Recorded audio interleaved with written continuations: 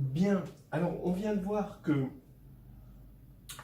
si E est un espace de dimension finie, alors un sous-espace, tout sous-espace, est encore de dimension finie et de dimension plus petite. Alors voilà encore un corollaire. On va prendre F et F', deux sous-espaces vectoriels d'un espace vectoriel E de dimension finie, donc on est sûr que E et F et F', pardon, sont de dimension finie. Alors, regardez ce qu'on a. F est inclus dans F' et dim de F égale dim de F'.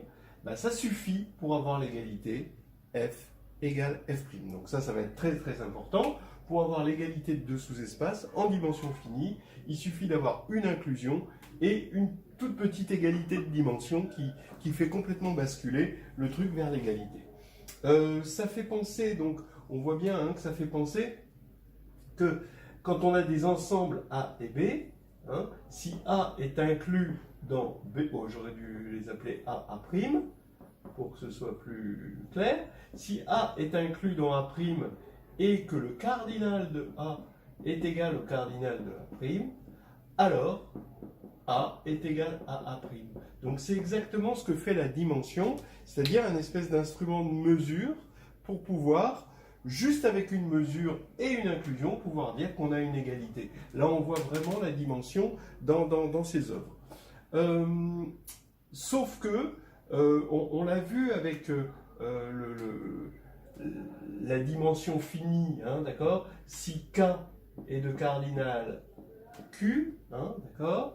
Un espace vectoriel E de dimension finie, il va être en bijection, pour l'instant on ne dit pas encore isomorphisme, ça viendra en bijection avec Kn, donc par l'application coordonnée, hein, d'accord? Et donc la bijection implique qu'on a le même cardinal, et donc c'est Qn. Ce qui fait que, vous voyez, la dimension, c'est pas un cardinal vraiment, mais c'est le logarithme hein, d'un cardinal. Alors bien sûr, ça n'a pas de sens, hein, ce que je dis quand le cardinal du corps est infini, mais ça donne quand même une petite idée de ce que ça représente. Et ça, c'est important pour l'intuition. Voilà. Alors, allons-y pour la preuve. Hein.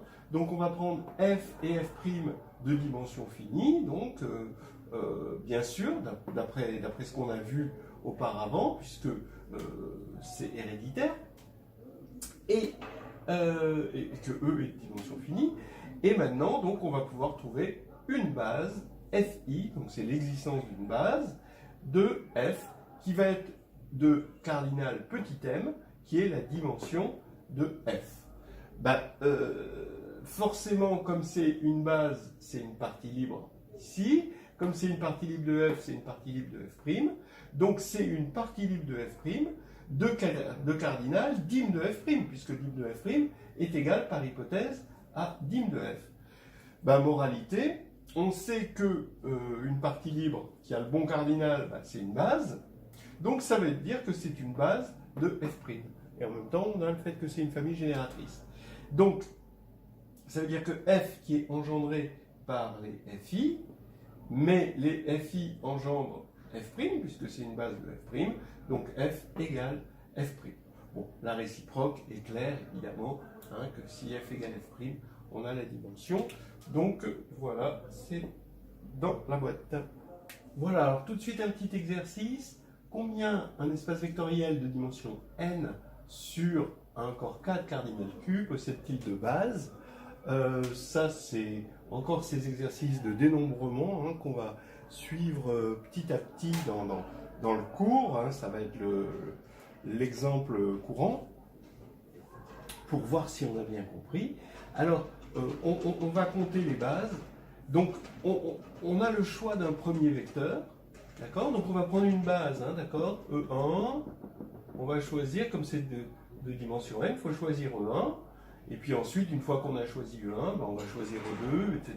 Et on va regarder à chaque fois combien de choix on a possible. Et puis on va multiplier tous ces choix. Donc E1, ben, il suffit qu'il soit non nul. Donc E, je vous rappelle qu'il est en bijection avec Kn, à cause de l'existence d'une base et donc des coordonnées. Et donc cette bijection va faire que le cardinal de E, ça va être Q puissance N. Mais il faut retirer le vecteur nul. Donc pour E1, on a Q puissance N moins 1. Ensuite, on choisit le deuxième vecteur. Le deuxième vecteur, eh ben, c'est ce qu'on a dit dans une vidéo. C'est E2, il doit tout simplement être libre avec E1. Et donc, ça veut dire qu'il ne doit pas, étant donné que E1 est lui-même libre tout seul, il ne doit pas appartenir au sous-espace engendré par E1. Mais comme E1 est libre, ben, le sous-espace engendré par E1 a pour base E1, puisque à la fois c'est générateur et libre, donc c'est de dimension 1, puisque c'est le cardinal d'une base. Donc ça veut dire que le cardinal de ce qu'on appelle une droite engendrée par E1, ben, c'est de cardinal, donc Q puissance 1, puisqu'on a vu que c'était Q puissance la dimension. Donc il faut prendre tout l'espace, sauf ce Q puissance 1. D'accord? Je peux mettre 1 ici. Puis ensuite, le choix du troisième vecteur. Bon, ben voilà. Donc il faut que E1, E2, E3 soient libres. Sinon, on n'a aucune chance d'avoir une base, hein, évidemment.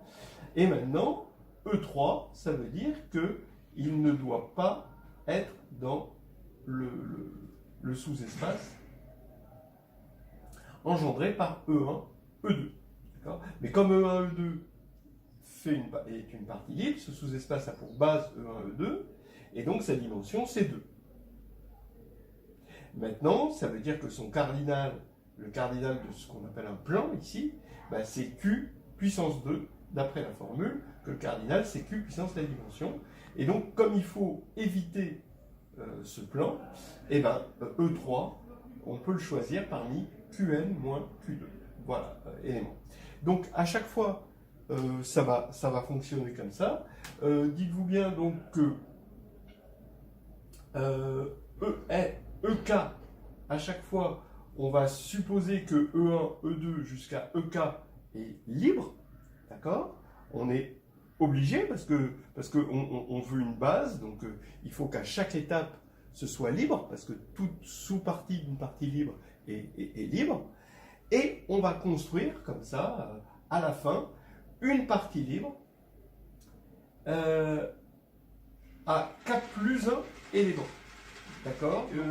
J'avais une partie libre à K éléments, par exemple, E1 jusqu'à EK, et je construis, je prends EK plus 1, qui n'est pas dans le sous-espace engendré par E1 jusqu'à EK. Et comme ce sous-espace est engendré par cette partie libre, c'est aussi une base, donc c'est de dimension K.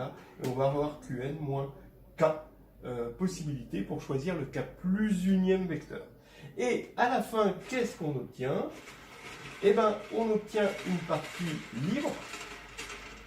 Là, c'est le premier vecteur, là, c'est le deuxième vecteur, là, c'est le troisième vecteur, là, c'est le nème vecteur. Et quand on aura obtenu une partie libre à n éléments, eh ben, on aura obtenu une base. Voilà. Et on a compté le nombre de bases. Et voilà ce nombre-là qui fait un petit peu penser à un nombre factoriel. On peut l'écrire d'une autre façon, hein, si on veut. On peut l'écrire Q facteur de nn-1 sur 2, parce qu'ici je mets Q en facteur, Q2 en facteur, Qn-1 en facteur. J'ai une série arithmétique de raison 1. Et ici, je vais récupérer ceci. Et maintenant, quand j'ai mis tout ça en facteur, là, j'ai Qn-1, facteur de Qn-1, moins 1, jusqu'à Q-1. Ça ressemble à un factoriel, ça fait penser à un factoriel, et c'est pas tout à fait innocent si ça ressemble à un factoriel.